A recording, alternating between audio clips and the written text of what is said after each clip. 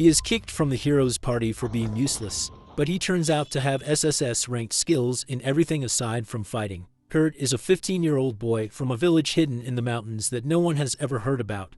He always wanted to be an adventurer, so he came to the city and joined an S-rank adventure party, but only as their errand boy. While the other members of his party fight against powerful monsters, he gets knocked out even before the fight begins. Despite this, he is proud that he is a member of a party that is hailed as heroes by everyone, until one day, his party members tell him that he is fired. Kurt is aghast to hear this shocking news and asks what he did wrong, and the party leader tells him that he didn't do anything at all, and that is the problem. According to the laws of this world, there can only be 4 members in a party, and they need to fire him to make space for a high-ranking mage who will actually help them. Kurt tries to plead with the party leader to let him stay, only to get kicked in the guts and knocked out, making him realize that he is living the cliché story of the loser who is kicked out of the heroes party. Luckily, he doesn't keep whining and about it, and immediately reaches the temp agency in the next city to look for a job. Just as he enters the agency building, he meets an overexcited receptionist who immediately starts interviewing him for a job. She is surprised to learn that he was just fired from the party that was promoted to SS rank recently. Kurt gets depressed talking about it, but the receptionist cheers him up by saying that this will look great on his resume.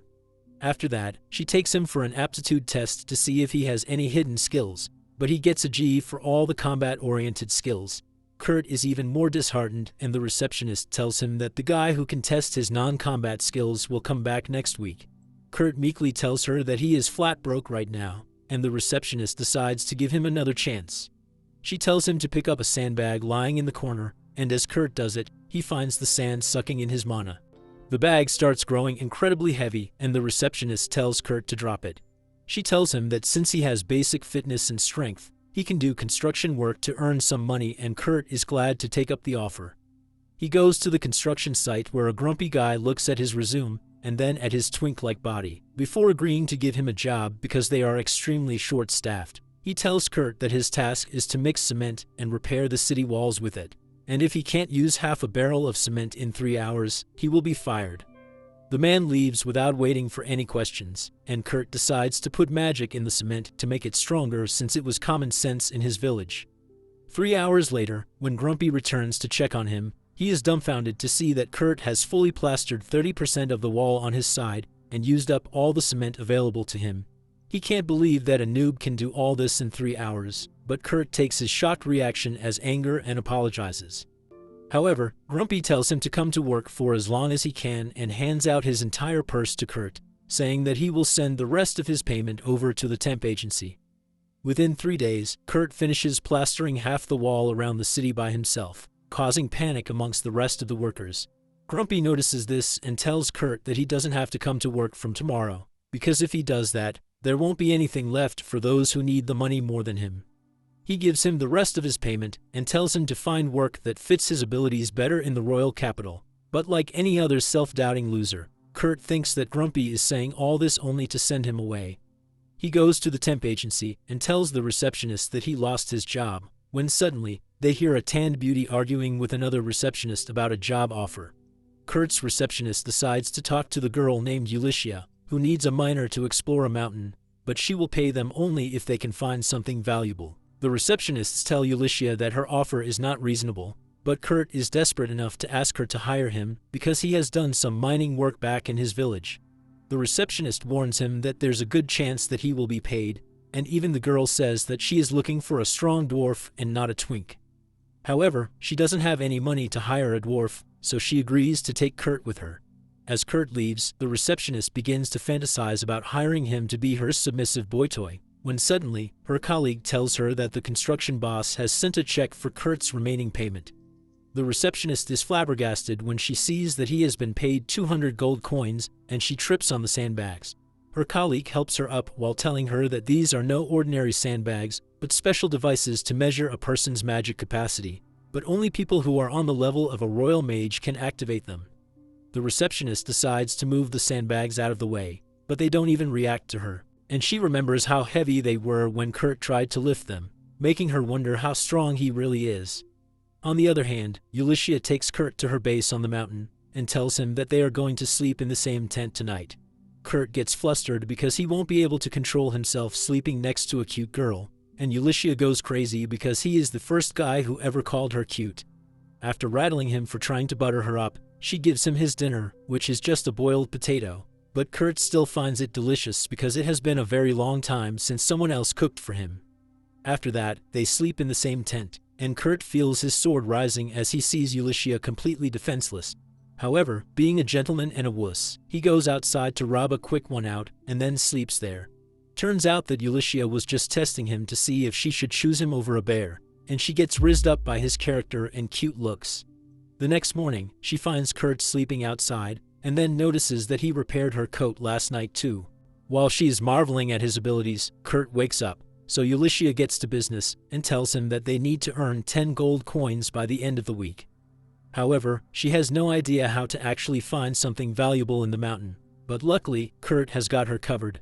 He uses his knowledge to quickly find a rock with crystals inside them that are worth 3 gold coins, and Ulysses can't believe her eyes. In just a couple of hours, Kurt gathers a lot of crystals, but he tells Ulysses that they won't sell for much since they are too small, and that is why he decides to turn them into magic crystals. Ulysses is shocked because craftsmen who can do that are incredibly rare, but Kurt is finished processing one before she even has the time to complain. She is shocked because it takes an hour to make even a small magic crystal, and this surprises Kurt as he begins to think about the masters who can use magic for a full hour and not get tired. Ulysses knows that they are not on the same page here, but she lets Kurt work on the magic crystals. Once he is done, she decides to go to the city to sell them, but Kurt opts to stay back so that he can explore the mountain a bit more. Ulysses goes to the night station and shows them the magic crystals. When they ask her about the documents of origin of the crystals, she shows them a pendant, and the knights freak out because the pendant means she is an adventurer working directly for the royal family. They immediately grant her the permission to use the teleportation device to go to the royal capital, unaware that Ulysses no longer works for the royal family now. Once she reaches the capital, Ulysses goes to her friend Mimiko to sell the magic crystals. At first, Mimiko says that the crystal is not worth much because it is not glowing too much. But when she examines it closely, she offers to buy the single piece for 10 gold coins. Ulysses is dumbfounded by this price, so Mimiko explains that the magic crystals have 10 times the mana inside them, and they don't even glow too much because they are not leaking any. Ulysses tells her that she has 49 more of those, and Mimiko buys all of them from her instantly. Once the deal is done, she asks Ulysses about the person who made the crystals, but she refuses to reveal Kurt's identity without his permission. Even when Mimiko uses her status as the royal court mage to command Ulysses, she stands her ground. In the end, Mimiko asks Ulysses to make sure that whoever made the crystals doesn't go to another country, and also to tell him that he can get a noble rank and the position of a court mage if he agrees to serve the kingdom. Ulysses agrees to her, but starts freaking out as soon as she leaves the shop. She returns to the other city the next morning and immediately goes to the job agency to inquire about Kurt. The receptionist tries hard to protect his identity, but Ulysses uses the royal pass to read his file. She is shocked to know the things he has already done, and then commands the receptionist to never share any information about Kurt to anyone else. She then deposits the entire amount she got from selling the crystals in Kurt's name, and then heads to the mountain to check up on him. To her utter surprise, Kurt has built a house from scratch in one day, and on top of it, he doesn't think it is a big deal because people in his village used to do such things all the time. Once they enter the cottage, Ulysses tells Kurt that he has been offered the post of the director of Royal Magic Technology Research Lab, as well as the title of a noble for the magic crystals he created. Kurt can't believe that, but when Ulysses asks him about his decision, he decides to refuse the offer because he doesn't think that he is fit enough to command others. Also, he tells her that he is enjoying working as a freelancer right now, and Ulysses suddenly starts feeling conscious. She tells Kurt that she got a lot of money from selling the magic crystals he made, but since she had no contribution in that, she took only 1 gold coin as her fee and deposited the rest in his account. That is why she asks Kurt to work for her again so that she can sell his magic crystals and earn the amount she needs in the form of her commission. He eagerly tells her that he found another good spot to dig out minerals and says that he will get his tools ready, but Ulysses asks him to wait, thinking that he must be tired. Kurt tells her that he got a full 6 hours of sleep, and that totally confuses Ulysses because she doesn't understand how he can do that despite building the cabin. However, Kurt thinks that she is upset because he slept too much since he only got 4 hours of sleep when he worked with the S-rank adventure party. After that, Kurt leads her to the spot he told her about and tells her to not dig any deeper than 50 meters. He leaves Ulysses at that spot and decides to keep digging at the place where they found the crystals earlier. A few hours later, Ulysses manages to dig a football-sized topaz out of the ground, and she is delighted because now she can earn money thanks to her own efforts. She then decides to check up on Kurt, and this time, she is sure that he must have dug a cave already. However, Kurt exceeds her expectations once again, and she finds that he has created a proper mine in the mountain, and even put glowing moss on the walls so that it doesn't need any additional light. Ulysses freaks out, and just then Kurt comes there with a crate of rocks in his hand. Ulysses eagerly asks him how work turned out for him, hoping that he wouldn't give her any more surprises. Kurt tells her that unfortunately he got a lot of useless stones and a little amount of the mineral he was looking for. Ulysses is low-key pleased on hearing that, but when Kurt tells her that the useless stones are called mithril, she is completely dumbfounded. Kurt says that in his village, they mined so much mithril that they just threw it away, and Ulysses feels her mind exploding because mithril is even more expensive than platinum and diamond. She falls to her knees in desperation, but then she asks Kurt what was the other ore he was looking for.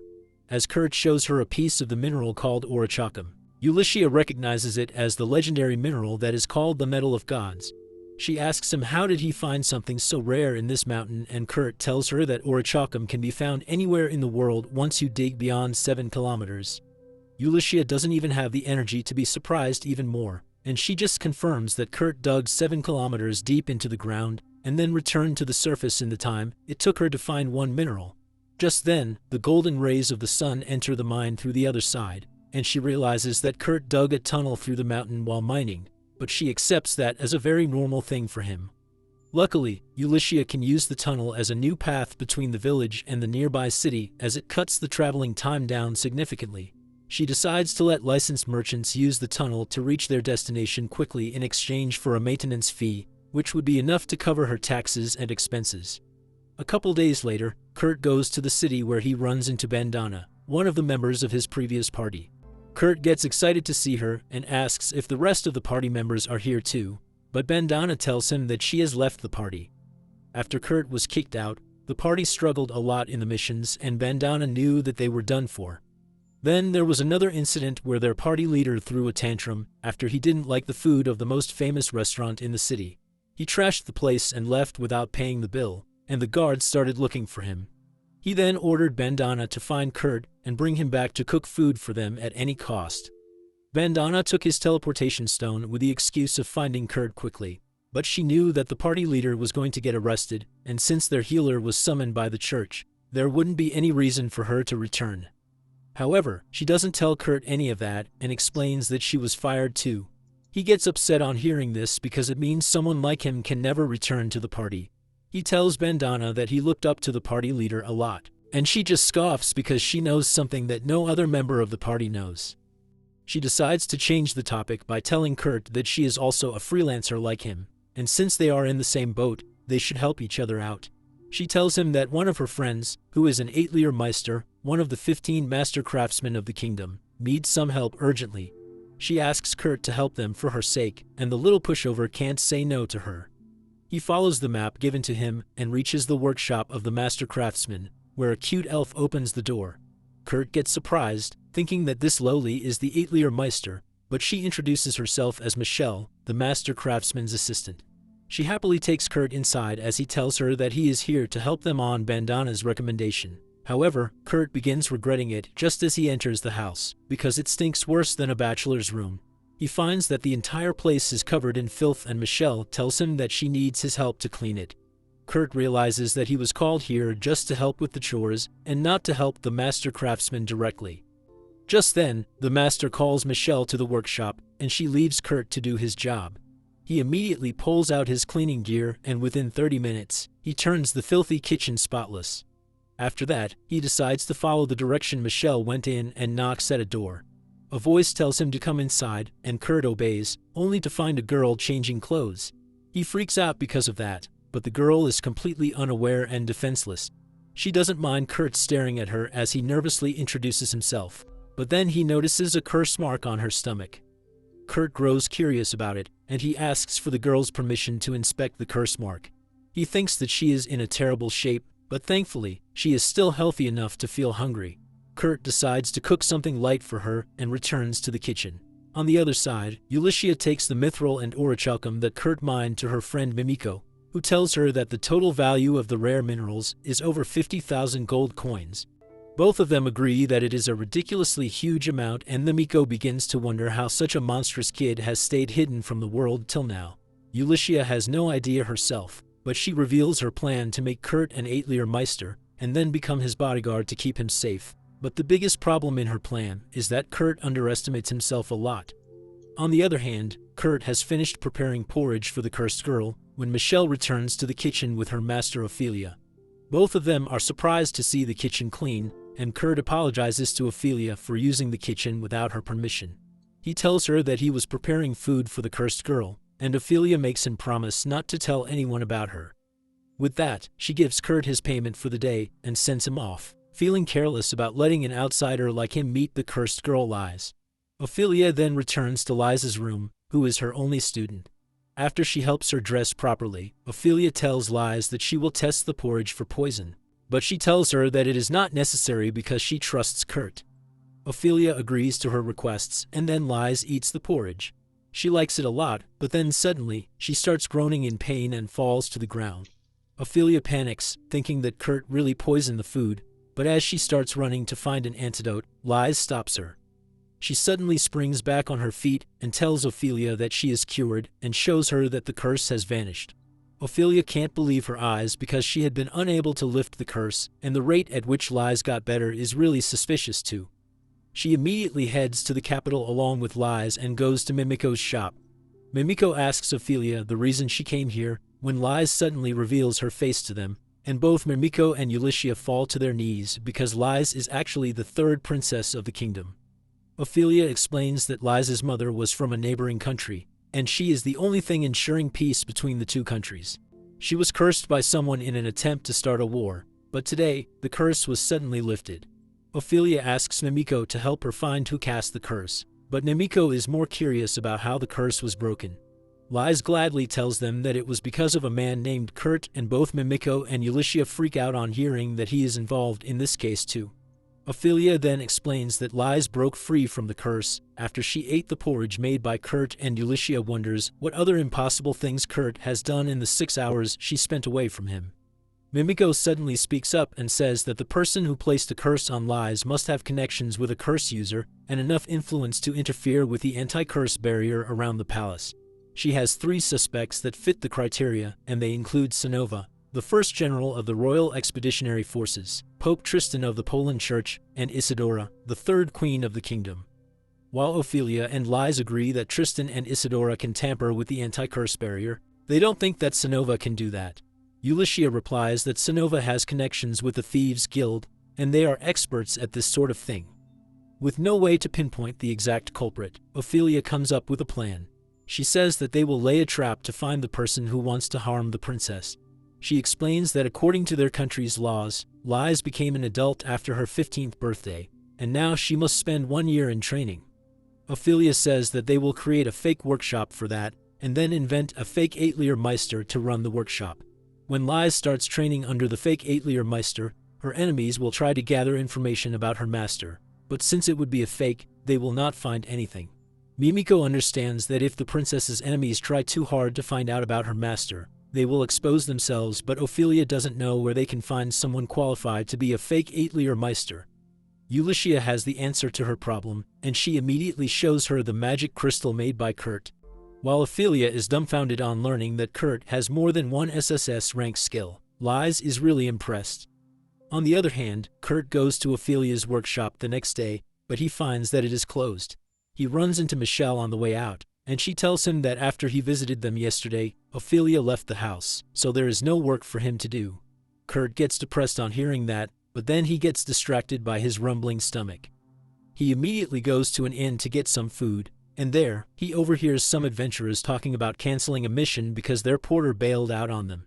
Kurt thinks that this is a chance for him to get a job, and he approaches the adventurers for it. The girl tells him that a twink like him can't carry even his own weight, but the knight smacks her and tells Kurt that he doesn't look strong enough to help them because they are going to hunt golems that weigh over 200 kilos. Kurt cheerfully tells them that he can handle 200 kilograms without any problem, and to prove his strength, he decides to lift both the men of the group. He first lifts the samurai, and then the knight who is in a full suit of armor, impressing everyone at the inn. After proving his abilities, Kurt manages to get the job of the group's porter for this mission, and once they are done with the introductions, he finds that they are nice people. He decides to try his best not to let them down, but as soon as they are about to enter a dungeon, he steps on a slime and gets stuck.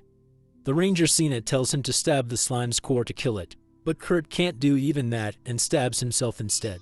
Sina is really disappointed by the lack of his combat skills, but she defeats the slime for him. Kurt apologizes to her party for slowing them down, but they tell him that he shouldn't worry about it because his job is just to carry stuff, and it is their job to keep him safe. This is a completely new experience for Kurt because his previous party members used to get angry whenever he made mistakes. He starts crying because of that, but then he wipes his tears and resumes the mission. Once they reach the cave, Sina spreads glowing moss around to give them better visibility, and Kurt spots some fresh goblin poop. The adventurers tell him that they can handle a couple of goblins with ease, but they will have to run away if they come across a group. They move ahead with that, and Kurt finds something on the cave's wall, when suddenly, the adventurers spot a goblin. They kill it immediately, but the goblin calls its friends before dying. Soon, the sound of goblins starts coming from both directions, and the adventurers realize that they have no way to escape now. Kurt tells them that he has found a secret passage they can use to escape, but the adventurers decide to do something else instead. As soon as Kurt opens the secret door, Sina goes after him, saying that she will help him find the exit, but instead, she shuts the door. Kurt gets confused about what she is doing, but then the warrior and the samurai from the other side tell him that there is no way they can escape with goblins coming from both sides. That is why they have decided to stay and stop the goblins while Kurt and Sina find a way out. Kurt is shocked to hear this, and he says that he will help them fight too, but Sina tells him to shut up because he can't even kill a slime, and he will just be holding her friends back. Kurt is devastated as he realizes that the two adventurers are sacrificing their lives for him, and he can't even do anything to help them, but Sina tells him that they will survive. She tells Kurt that they need to find a way out quickly, but as she spreads the glowing moss around the room, she sees an iron dragon golem and freezes in terror. On the other hand, Ulysses leads Lies to the inn where Kurt is staying, but they don't find him in his room. Suddenly, Bandana appears outside the room and tells them that Kurt went to a cave in the north with an adventure party. Ulysses rushes outside to see who is talking, but by the time she reaches there, Bandana has vanished. Ulysses thinks that it might be a trap, but she is worried about Kurt more, so she decides to go to the caves to search for him. Lies says that she will join her because she knows enough magic to protect herself, and Ulysses has no choice but to let her come along. They soon reach the cave, and Lies can identify Kurt's footprints on the floor. Once the hard floor begins and the footprints end, she uses a magic spell to boost her senses, and Ulysses thinks that the princess will improve her hearing to find Kurt. However, this obsessed simp enhances her sense of smell instead and sniffs the walls to find the direction Kurt went in. Ulysses is both appalled and jealous of Lies now, but then she suddenly hears some sounds coming from a distance. She realizes that someone is fighting with goblins ahead and decides to help them, so Lies boosts her strength with magic. Ulysses rushes ahead and saves the two adventurers who are surrounded by goblins, leaving them awestruck. On the other hand, Sina undergoes a mental breakdown because of the iron dragon golems in front of her. She knows that the golems will attack them as soon as they try to get past them, and that means that her party members risk their life for nothing. She gets depressed, but Kurt tells her to cheer up because they are going to escape. Sina thinks he is delusional, but then Kurt walks towards the dragon golems calmly. She panics as the golems activate and attack him, but Kurt dodges their attacks and climbs on top of him in a split second. Then, with a single strike of his dagger, he breaks the golem's tail. The dragon golem tries to attack him out of desperation, but Kurt dodges that too, and then breaks its head with another hit. Sina can only stare at him in terror and awe as Kurt swiftly dismantles the golems one by one. She asks him what the hell did he just do, and Kurt simply tells her that he used to mine iron golems back in his village. Just then, Ulysses kicks open the door looking for Kurt, and the stunned Sina begins telling her how he destroyed the iron golems with his dagger. Ulysses finds it hard to believe too, but then she decides to deal with the more important things first. She tells Kurt that the adventurers he came here with are fine, and she has important news to share with him. She tells him that a new atelier workshop is going to be formed soon, and she is going to work as a bodyguard there. She asks Kurt to work at the workshop with her because Ophelia highly recommended him after his work at her place. Kurt gets happy to hear that, but he hesitates since he feels that he needs to work with the adventurer party. However, the adventurers tell him that he should not let this golden opportunity slip from his hands. Ulysses adds that since the workshop is new, they need a lot of workers and decides to hire the adventurers too. Everyone gets happy with the arrangement, and then Ulysses tells Kurt that he should get his non-combat abilities evaluated before he starts working at the workshop. Kurt agrees with her and reaches the temp agency, where Mimiko has arrived from the capital for his assessment. Once the assessment is done, Kurt goes out partying with his adventurer friends, but Ulysses goes to talk with Mimiko about the results. Mimiko tells her that she told Kurt that he had B-rank skills in cooking, cleaning and mining, and C-rank abilities in the rest of the things. However, that was just a lie, and he had SSS rank abilities in everything. Mimiko says that it is a good thing that she did the evaluation because it will be incredibly dangerous if the news goes outside. Just as she says this, she hears a whimpering sound and turns around to see the receptionist trying to shut her ears to convince Mimiko and Ulysses that she didn't hear anything. If you liked this video, please consider subscribing and watch the video on your screen next.